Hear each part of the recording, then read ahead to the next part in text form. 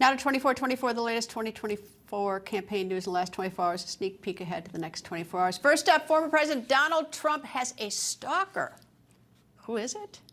Former New Jersey Governor Chris Christie. He is irritated that Trump did not take the debate stage at the first debate. Christie's saying in part about the next debate, if Trump doesn't come there to the second debate, then I'm going to follow him around the country. Wherever he goes, I will go. We will wind up talking to each other one way or the other, and he knows that's true. End of quote. Christie was then asked if he would even change his travel schedule to follow Trump, and not beating around the bush, Christie responded, quote, "You bet," end of quote.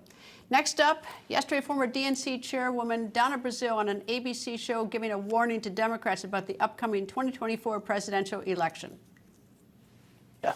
I'm not sleeping at night thinking all is well, okay? I have nieces and nephews who say, well, why should I vote for this guy? He's a little old. I say, your papa was old too, and look what he did to help you. So I think the Democrats have to continue to make the case. Democrats should be concerned. We should run as if we're 10 points behind, not even, so that the enthusiasm can be lifted up. But the bottom line is Joe Biden and Kamala Harris have a record of accomplishment.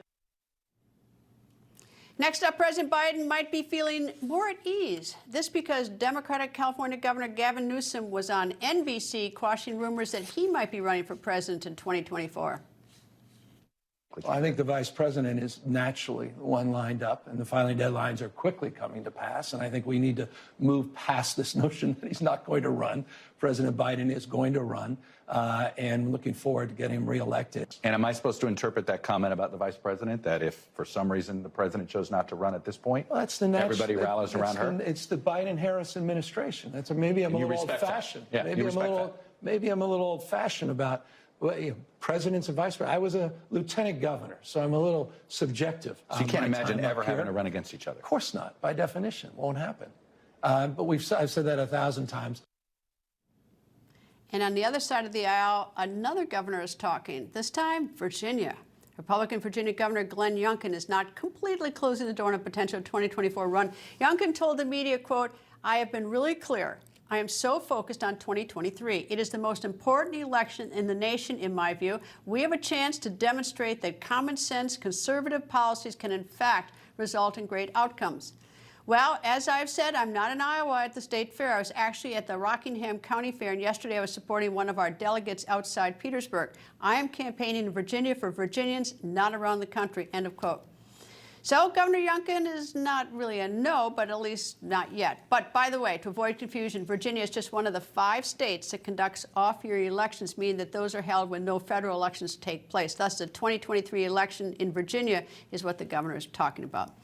And there's more. A potential maybe, and this will really stir the pot. Yesterday, U.S. Senator from Louisiana, Bill Cassidy, was asked if he would consider speaking to No Labels and about a potential 2024 run.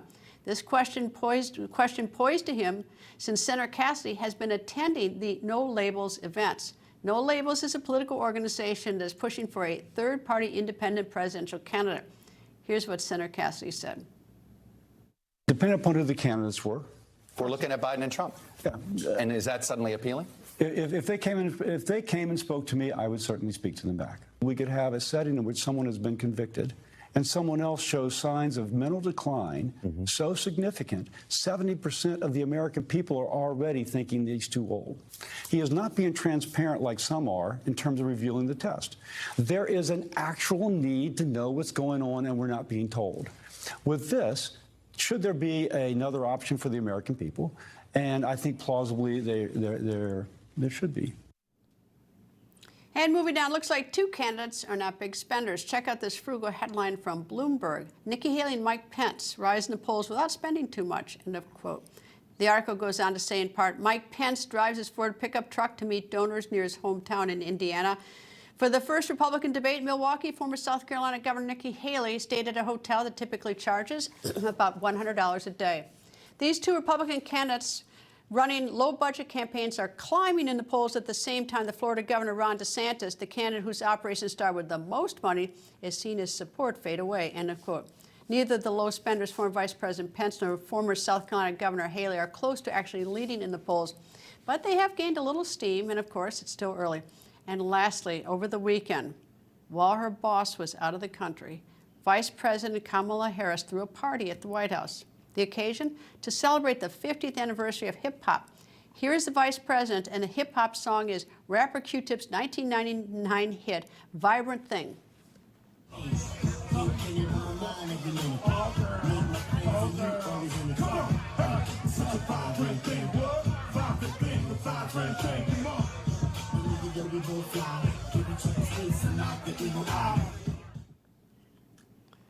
Okay, cut her some slack. She looks like she's having fun. But do expect this dance video will show up in someone's 2024 campaign ads. Stay tuned. Former Pennsylvania Senator Rick Santorum joins me. What's wrong? You shook your head at the dancing. She can dance all she wants. I mean, actually, she dances better than just about anything else I've ever seen her do. Ouch. Okay. All right. All right. Let's go further up the Democratic ticket. President Biden. You've got. I mean, people are saying things like, obviously, Senator Cassidy said mental decline, but everyone sort of gets to be a witness to see whether or not he's up to the job or not. I cut him some slack for the press conference because it is tough to fly around the world, even if you're on Air Force One, and he's tired, he's hitting the ground. But I think it's time for him to give a press conference, a full-hour press conference, to take questions so that we can hear his policies and also so that we can see how he's doing. Yeah, he's not going to do that. I mean, he's clearly in cognitive decline. People talk about his age. It has less to do with his age than his mental state. I mean, you look at Donald Trump. I mean, Donald Trump's heaving footballs all over the place, and obviously can stand up and give long speeches and riff and do things, and he's just a few years younger. And you have other people who are older than Joe Biden, who are running big companies and doing great things. Warren Buffett, example. It's just Joe Biden has a problem. And Democrats are increasingly seeing that problem. They're starting to talk about it out loud now. You're starting, not just major news media, but also John Tester the other day was talking about how this is a problem. The reality is that very few people in the Democratic Party love Joe Biden. And I think it's going to be easier to dump Joe Biden than for, say, to dump Donald Trump. Why? Because there are millions of Americans who love Donald Trump. I mean, Donald Trump is doing well in the polls because people really like him and are really committed to him. Joe Biden's doing well because he beat Trump. Not because they like Trump, they like Biden, or they're committed to him, or they see him as a great salvific candidate. He's not, and that makes it easier to get rid of him. What Donna Brazile, who's an honest person. I like. You know what? Everybody in Washington loves Donna Brazile. Both sides of the aisle loves Donna Brazile. I mean, she's very, she's talking about it. Yep. Yeah, she is. I mean, she's an honest person. I mean, you heard her at the end carrying the party lines down. He's been a great president. Well, she's going to say that, but she's being honest about the real problems that that the media says, don't believe your lying eyes, believe us. He's fine. Everything's great. Well, and Donna's saying, well, that's not true. Well, Republicans probably, this sounds terrible, but probably don't want to see him out looking alive and a winner and doing all these things. I get that, and I know that's sort of the race of the politics, and you want to win. But it does have an impact in the world. Who the president is. I mean, this is the United States, and we are dealing with some profoundly important things. Whether it's we've just frozen some money apparently for Iran. We've got what's going on in Russia and Ukraine, and you've got Kim Jong-un now visiting Putin. I mean, this is not this is an important time in our history. It is, and people say, well, it doesn't matter. I mean, there's these institutions within the American national security structure that really are in control of things. The problem is, if you're a foreign leader and you have a president who's clearly not in control, so not someone who's up to the job, the question is, who is in control? And if they can look at America and not know who's in control, they see that as an opportunity to do things and to push things.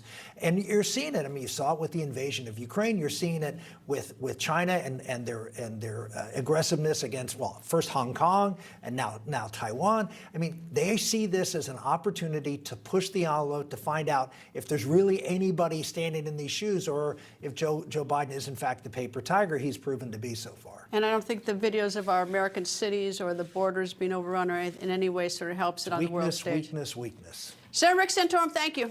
Thank you.